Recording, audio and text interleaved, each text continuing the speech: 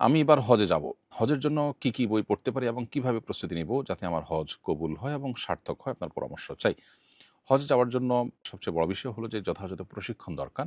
শুধু বই পড়া নয়, আসন্না ফাউন্ডেশন থেকে আলহামদুলিল্লাহ প্রতি বছর হজ প্রশিক্ষণ হয়। এবছরও ইনশাআল্লাহ যথারীতি হজ প্রশিক্ষণের ব্যবস্থা আমাদের আছে এবং যথাযথ উপায়ে আপনি নিবন্ধন করে কোনো পয়সা কড়ি খরচ করা ছাড়াই হজের ট্রেনিং নিতে পারেন। এছাড়া হজের জন্য যে সমস্ত বইগুলো আপনার আধ্যাত্মিক প্রস্তুতিতে সাহায্য করবে, এর ভিতরে মওলানা আবু তাহের মেজবার একটি বই আছে, বাইতুল্লাহ মুসাফির ডক্টর আব্দুল্লাহ জাহাঙ্গীর রহমাহুল্লাহর একটি বই আছে ছোট হজের প্রস্তুতির জন্য, সেটা আপনি পড়তে পারেন। আর এর বাইরে বিভিন্ন ওলামা ইকরামের লেকচার আছে, সেগুলো শুনতে পারেন। আর শরঈ দৃষ্টিকোণ থেকে হজের মাসলা এগুলো জানার জন্য অনেক ওলামা ইকরামের বই আছে, যে বইটি আপনার কাছে ভালো মনে হয়, কারণ এক একটার কলেবর এক এক রকম, সেই বই আপনি আপনার সাথে রাখতে পারেন। আমরা আসন্না ফাউন্ডেশন থেকে ছোট একটি লিফলেট করেছি হজের গাইড হিসাবে, সেটাও আপনার জন্য সহায়ক হবে ইনশাআল্লাহ তাআলা। তো এবছর আমি হজে যাব। আমার মুখ থেকে মাঝে মধ্যে অনেক দুর্গন্ধ বের হয়। ওই সময় আমি মুখে দারুচিনি, লং ইত্যাদি রেখে চিবাই, যাতে মুখের দুর্গন্ধে কেউ কষ্ট না পায়। হজের এহরাম অবস্থায় যদি আমার মুখ থেকে দুর্গন্ধ বের হয়, আমি কি দারুচিনি বা এলাচি মুখে রেখে চিবাতে পারবো? এর উত্তর হয়ে বলতে চাই যে এ ধরনের দুর্গন্ধ দূরের জন্য আপনি কোনো ডেন্টিস্ট অথবা সংশ্লিষ্ট বিষয় বিশেষজ্ঞ ডাক্তারের পরামর্শ নিতে পারেন এবং এটা বেশিরভাগ ক্ষেত্রে ট্রিটমেন্টেবল, অতএব আপনি ট্রিটমেন্ট করতে পারেন। এর বাইরে আপনি মেসওয়াক করতে পারেন সারাক্ষণ। দারুচিনি বা যেগুলোতে ঘ্রাণ আছে ইচ্ছাকৃত, সেগুলো আপনি চিবালেন শুধুমাত্র ঘ্রাণ বের হওয়ার জন্য, এটা জায়েজ হবে না। এটা আপনার হজের যে নিষিদ্ধ বিষয় আছে তার আওতাভুক্ত, অর্থাৎ সুগন্ধি ব্যবহার করা, ইচ্ছাকৃত সুগন্ধির ব্যবহারে শামিল হবে এটা, সেটা আপনার জন্য করা জায়েজ হবে না। ওমরায় মাথা না মুন্ডিয়ে এহরামের কাপড় খুলে ফেললে করণীয় কি? উত্তর হলো যে মাথা মুন্ডন করা ছাড়া, যদি আপনি যখন মাথা মুন্ডন করা নির্দেশনা রয়েছে আপনার তওয়াফ এবং সাই করার পর, সেটার আগে যদি আপনি মাথা মুন্ডন করা ছাড়া যদি আপনি খুলে ফেলেন এবং সেলাইযুক্ত পোশাক পরিধান করে ফেলেন, তাহলে সেক্ষেত্রে আপনি একটি ভায়োলেশন করলেন এবং এহরাম মুক্ত হওয়ার আগেই আপনি সেলাইযুক্ত কাপড় পরে ফেলার কারণে আপনার দম ওয়াজিব হতে পারে। অর্থাৎ একটি কোরবানি মক্কাতে করে গরিবদের মধ্যে বন্টন করাটা আবশ্যক হবে, যদি আপনি যথাসময়ের আগেই সেলাই করা কাপড় পরেন। আর যদি কাপড় খুলে ফেলেছেন, খুলে আবার সেলাই কাপড় পরেননি, অন্য কাপড় সেলাই ছাড়া কাপড় পরেছেন, তাহলে সেক্ষেত্রে দম ওয়াজিব হবে না। কুড়িয়ে ফল খাওয়ার হুকুম কি? অনেক সময় রাস্তার পাশে সরকারি কিংবা ব্যক্তি মালিকানাধীন গাছের ফল পড়ে থাকে, সেগুলো কুড়িয়ে খেলে গুনাহ হবে কিনা? উত্তর হলো যে যদি এমন হয় যে মালিক তার সে গাছের ফল কুড়াবার বা কুড়িয়ে নেওয়ার কোনো ব্যবস্থা না রাখেন, বেড়া ইত্যাদি দিয়ে সেটাকে সংরক্ষণ করবার কোনো চেষ্টা না করেন, বরং এটাকে তিনি উন্মুক্ত রেখেছেন এবং যে কেউ নিয়ে যায় সেটা নিয়ে তার কোনো আপত্তি থাকে না, এরকম যদি হয় তাহলে সেটা আপনি খেতে পারেন, কারণ এখানে তার মৌনসম্মতি স্পষ্ট।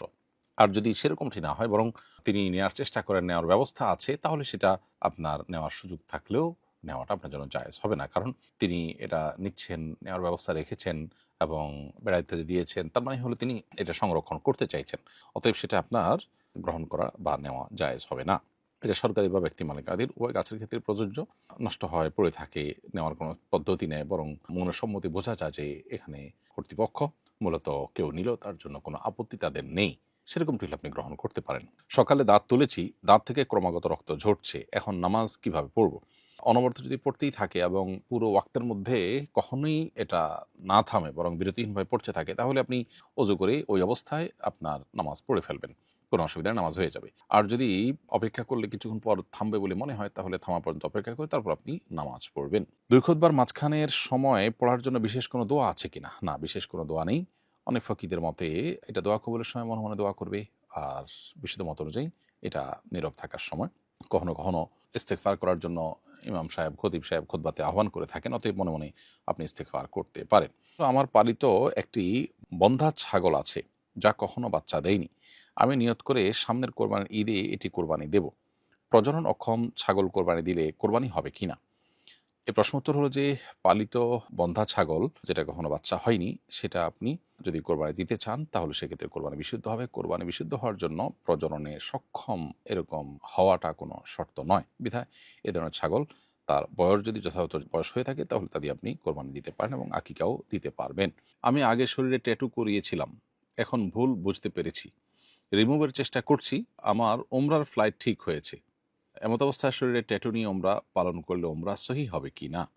প্রিয় দর্শক, প্রথম কথা হলো যে ট্যাটু যেটি আপনি শরীরে লাগিয়েছেন, এটির ফলে অজু বা গোসলের পানি আপনার ত্বকে মিশবে না। আমরা কিছু, কিছু কোম্পানিকে দেখেছি তারা ট্যাটু করলে অজু গোসলে কোনো অসুবিধা হয় না, এরকম কথা তারা প্রচার করছেন। এটি মূলত ভুল। ট্যাটুর ফলে ত্বকে অজু বা গোসলের পানি পৌঁছে না, যার ফলে অজু বা গোসল হয় না।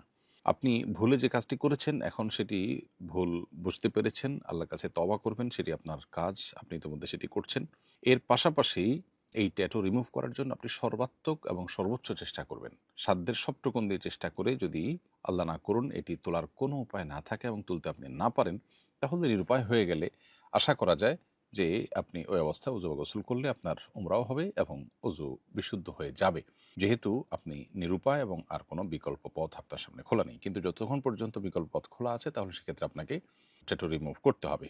উমরা বিশুদ্ধ হওয়ার জন্য অবশ্য ট্যাটু মৌলিকভাবে প্রতিবন্ধক হওয়ার কথা ছিল না। কিন্তু যেহেতু উমরাতে তওয়াফ আছে, তওয়াফ শর্ত আর তওয়াফের মধ্যে ওযু দরকার এবং ওযুর সাথে এই ট্যাটুর একটা সম্পর্ক দাঁড়িয়ে গেছে, যেহেতু ট্যাটুর ফলে ওযু হওয়া না হওয়ার সম্পর্ক আছে।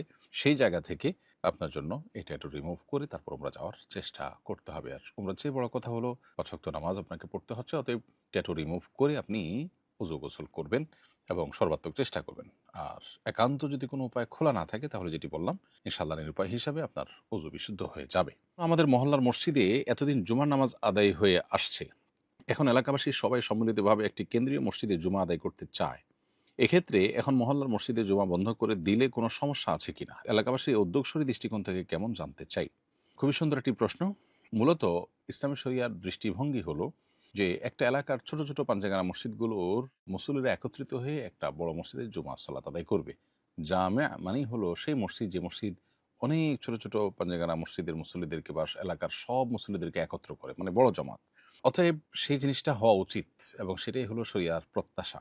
দুর্ভাগ্যজনক বিষয় হলো যে আমাদের দেশে প্রত্যেকটা মসজিদই জুমা মসজিদ এবং পুরো এলাকায় ছোট, ছোট পাঞ্জাগানা মসজিদগুলো থেকে একটা জামে মসজিদে একত্র হওয়ার যে পথ সেটা অনেকখানি রুদ্ধ বা সেটা সেভাবে আমাদের দেশে প্রতিষ্ঠিত না।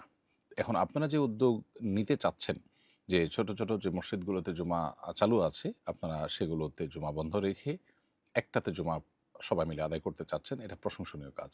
এটা মৌলিকভাবে কোনো দোষের বিষয় নয় এবং কোনো মসজিদে জুমা চালু হলে সেখানে আর কখনোই আপনার জুমা বন্ধ করা যাবে না, এমন কোনো কথা নেই। হ্যাঁ, নামাজই বন্ধ করে দিলে সেটা অবশ্যই নিন্দনীয়।